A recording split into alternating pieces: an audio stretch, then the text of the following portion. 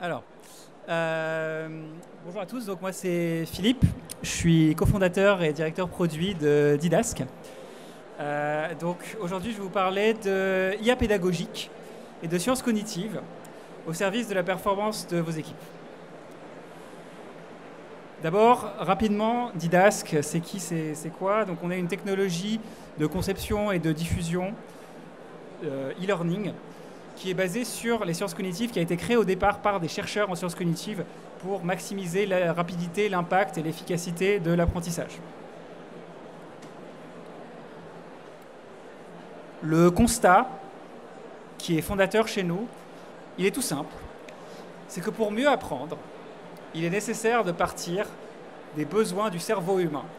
Et le cerveau humain, c'est quelque chose de réel, de concret, de biologique. On a tous un cerveau, il fonctionne d'une certaine manière.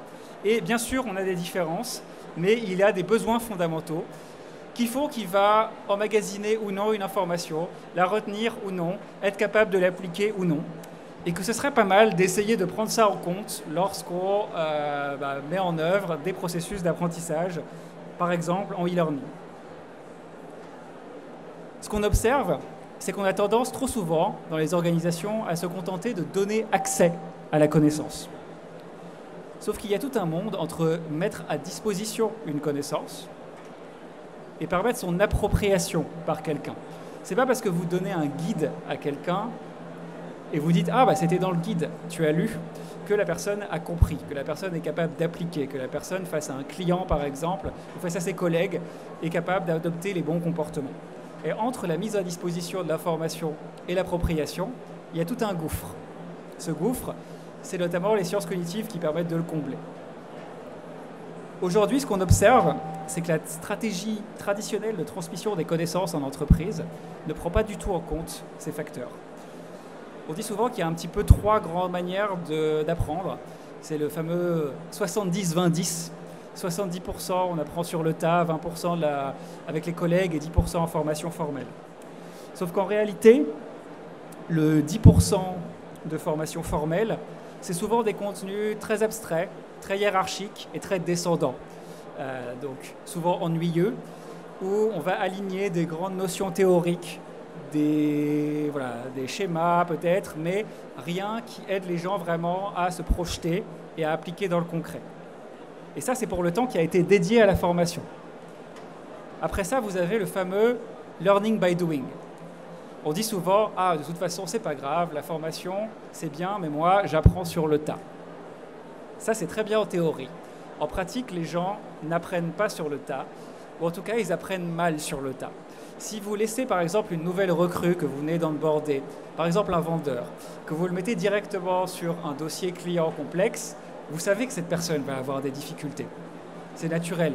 Pourquoi? Parce que se retrouver trop vite en situation réelle, ce fameux sur le tas, on va se retrouver en situation de ce qu'on appelle la surcharge cognitive. Trop d'informations à traiter par notre cerveau en même temps.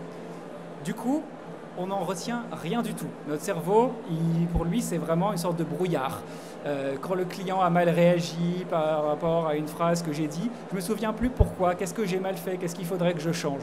Donc en fait, ce fameux apprentissage sur le tas, il ne se produit pas réellement. L'autre élément qui permettrait un apprentissage sur le tas, si c'était possible, c'est le feedback. Sauf que le feedback, il vient souvent à manquer.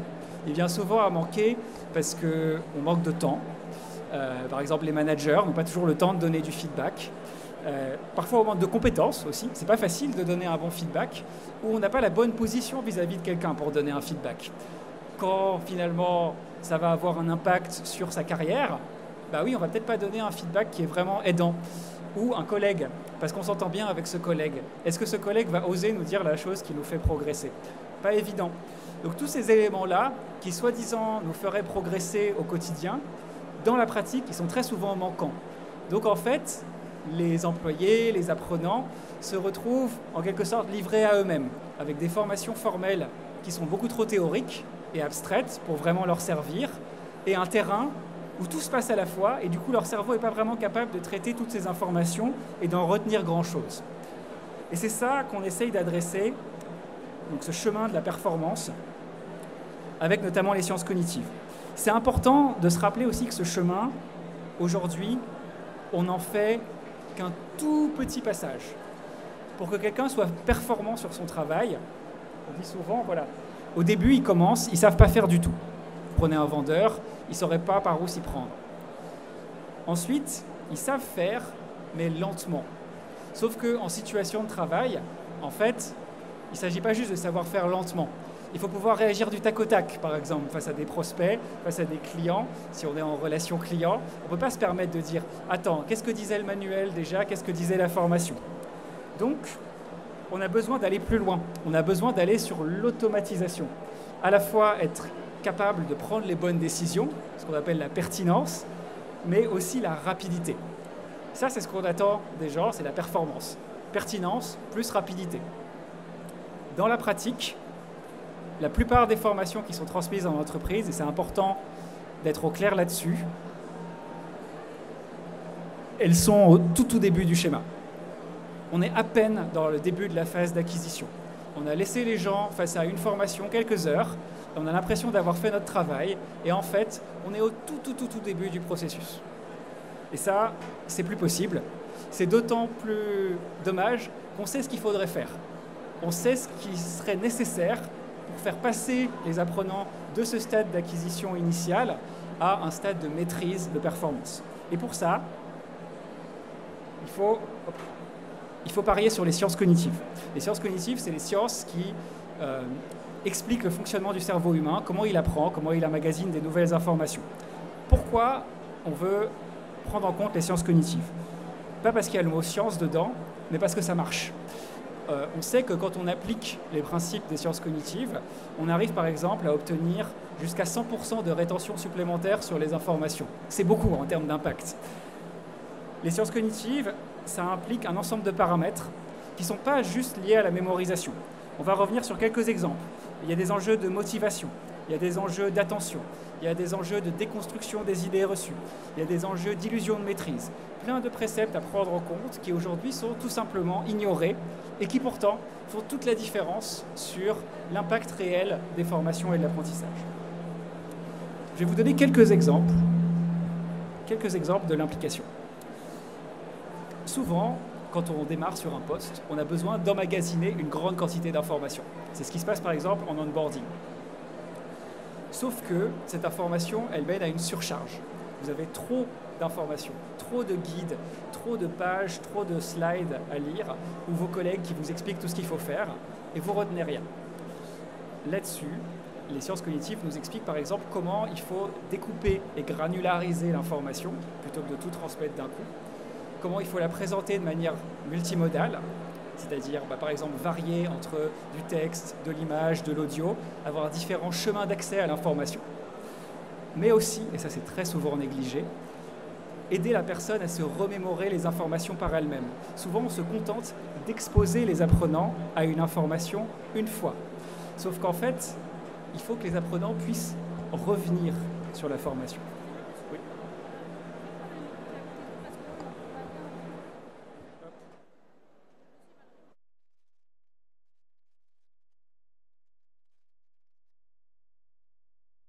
Non, c'est bon? C'est mieux. Nickel. Merci. Donc, le principal enjeu, par exemple ici, quand vous avez à mémoriser de l'information, c'est non seulement d'exposer à l'information, mais c'est aussi de permettre de se la remémorer. Et souvent, on va juste faire la première partie et on oublie la deuxième.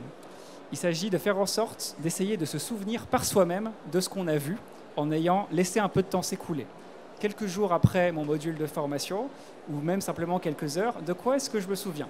Qu'est-ce que je suis capable de récupérer de tête? Et ça, quasiment aucune formation ne le propose par défaut, alors que c'est la base. Si on ne fait pas cette réexposition à l'information, et ce qu'on appelle l'effort de récupération en mémoire, tout va se perdre. Donc c'est comme si on n'avait pas fait de formation du tout, en fait. Donc déjà, ne serait-ce que pour les informations, il y a cet enjeu très clé de réexposition qui est négligé. Ensuite, quand on essaye de transmettre des informations, il y a régulièrement une problématique de déconstruction de potentielles idées reçues. C'est-à-dire que les informations, elles n'arrivent pas face à une table rase. Typiquement, si j'essaye de former quelqu'un à du management, Le management, c'est interagir avec des êtres humains. On a tous des comportements sur comment on interagit avec des êtres humains. Certains vont être plus directifs, certains vont être plus dans l'écoute. Mais on a des manières de faire spontanées. Du coup, si j'explique à quelqu'un comment manager, il y a de fortes chances que mon conseil entre en contradiction avec ce que son cerveau pense être la bonne chose à faire. Quand c'est le cas, les sciences cognitives montrent que ça n'a pas d'impact d'essayer de simplement proposer des contenus descendants, mais qu'il faut, au contraire, laisser la personne faire ses propres choix. Lui dire, OK, vous êtes face à telle situation, face à vos collaborateurs, comment est-ce que vous réagissez? Qu'est-ce que vous feriez spontanément?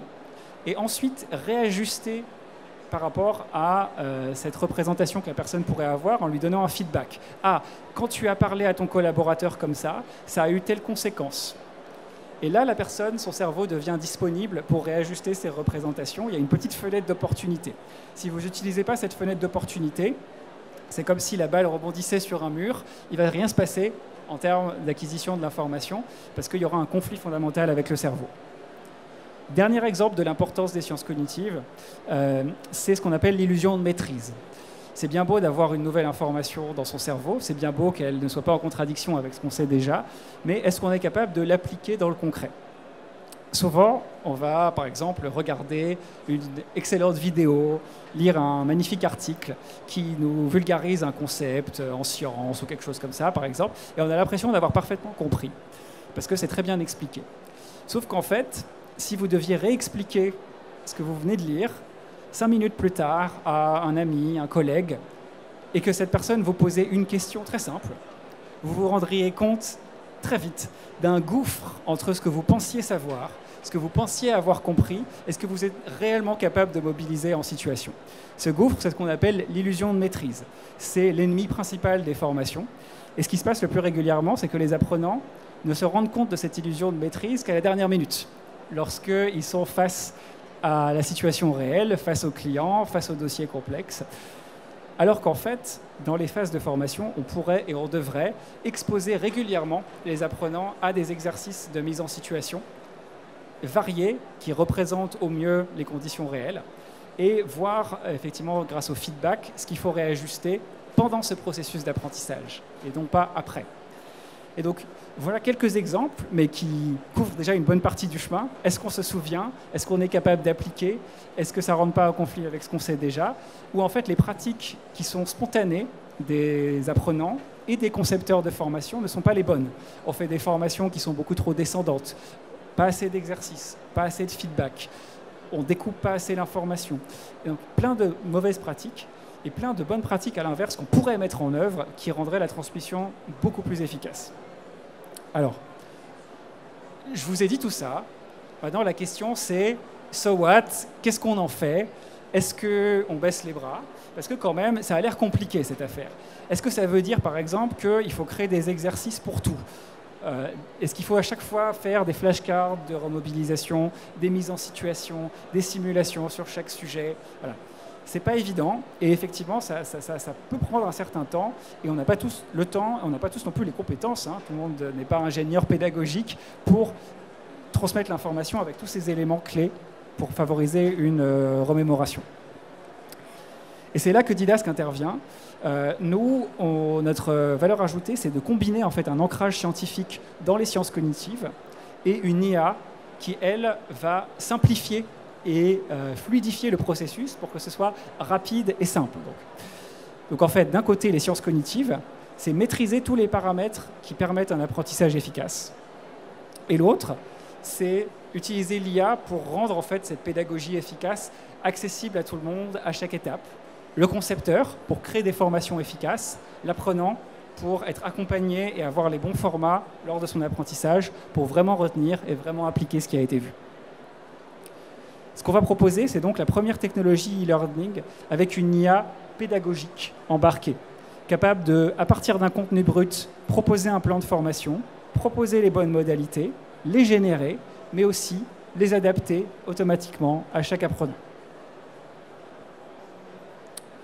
On va rapidement détailler ce que ça signifie pour les apprenants. D'abord, ce sont des formats avec un accompagnement à chaque étape, avant la formation, pendant la formation et après la formation. Ici, je vais basculer sur une démo. Donc là, normalement, j'ai la vidéo. Hop. Est-ce que je peux l'ouvrir? Ça, c'est bon. Hop. Ok.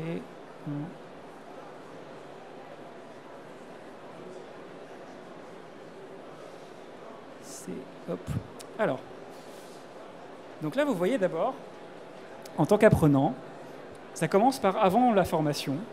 Je dois trouver le bon contenu de formation. Là, donc, j'ai un commercial qui a besoin d'être formé sur un nouveau produit et il va tout simplement exprimer son besoin. C'est important déjà de proposer le bon contenu de formation pour des raisons évidemment voilà, de gain de temps, mais c'est aussi pour des raisons cognitives parce qu'on sait que la motivation, c'est une motivation intrinsèque qui fait la différence. Il faut que l'apprenant ait réellement envie de se former. Il faut que ça corresponde réellement à son besoin. Donc déjà, c'est détecter le besoin de formation de l'apprenant et s'adapter. Donc là, notre assistant va proposer la bonne formation par rapport aux besoins de ce nouveau commercial. Il ne va pas simplement faire ça, il va aussi essayer de détecter le niveau de l'apprenant. Et est-ce qu'il a vraiment besoin de cette formation en termes de maîtrise de compétences? Pas juste parce qu'il pense que le sujet est intéressant, mais parce qu'il y a un gap potentiellement de compétences par rapport à ce qu'il sait aujourd'hui.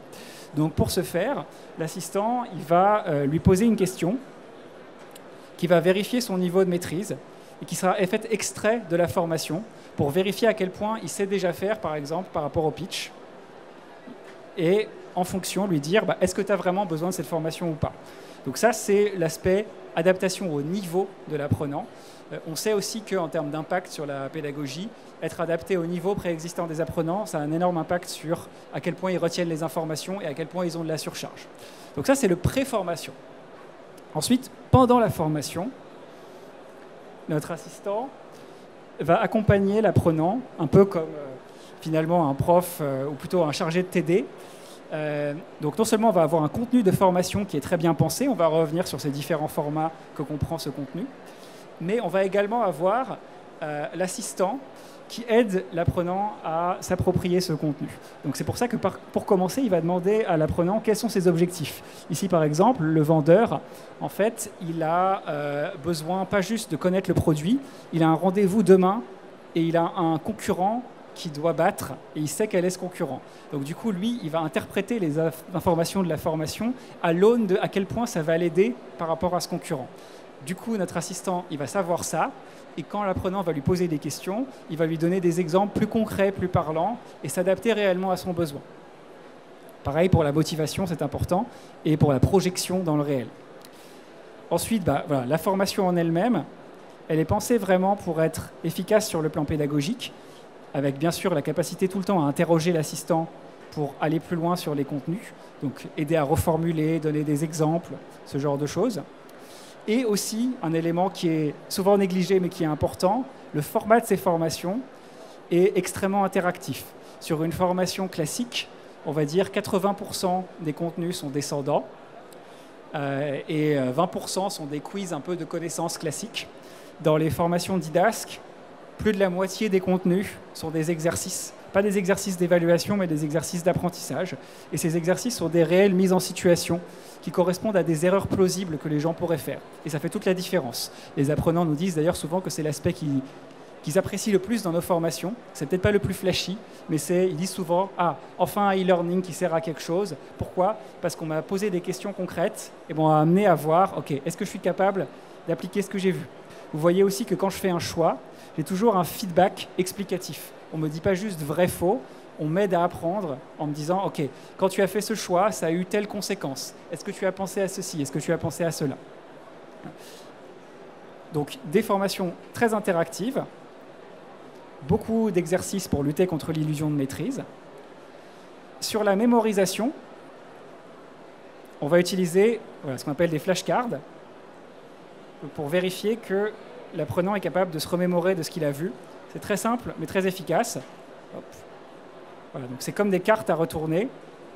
L'apprenant voit la question et essaye de voir est-ce qu'il se souvient encore de la réponse. Voilà, comment fonctionne le panneau solaire. Il retourne. Est-ce que je savais? Est-ce que je ne savais pas? Voilà, est-ce que je m'en souvenais? Est-ce que je ne m'en souvenais pas? Ce petit effort qui ne demande rien à l'apprenant, c'est cette fameuse réexposition et effort de récupération en mémoire. Ensuite, on a un dernier format qui est l'activité corrigée. C'est le transfert d'apprentissage. Là, l'idée, c'est d'aller encore plus loin dans l'efficacité et de proposer à l'apprenant de faire sa propre réponse face à un problème.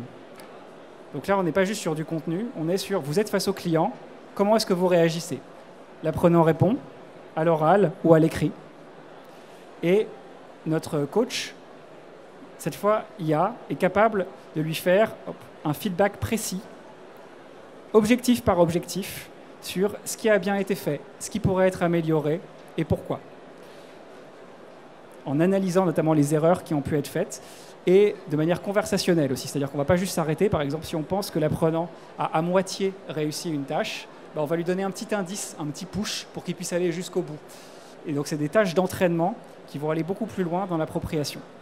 Donc, vous voyez des formats qui sont vraiment plus riches que ce qu'on va proposer ordinairement sur du e-learning en termes de remobilisation et de transfert vraiment dans le réel.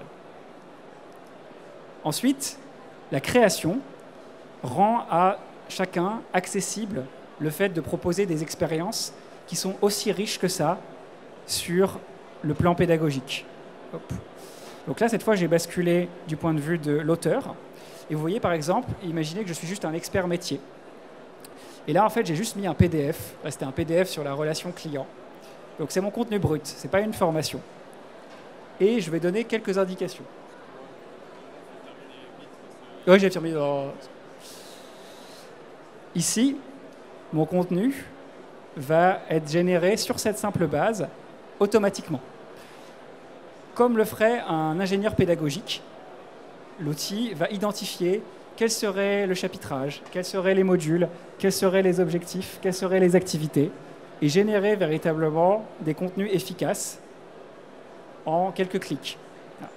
Et donc là, l'idée, c'est que quelqu'un qui n'est pas un expert en pédagogie peut créer en quelques minutes des contenus qui ont ce degré de profondeur avec des exercices, des mises en situation, des flashcards. Bien sûr, il y a un petit peu de reprise. Voilà, vous avez un outil auteur, les contenus qui sont créés, vous pouvez directement modifier ce qui a été proposé, mais les contenus sont pertinents et non seulement vous générez automatiquement des parcours de formation, mais ces parcours comprennent aussi automatiquement cette personnalisation. Donc, c'est-à-dire que vous ne créez pas des contenus statiques, vous créez des contenus en plus que les apprenants peuvent interroger directement.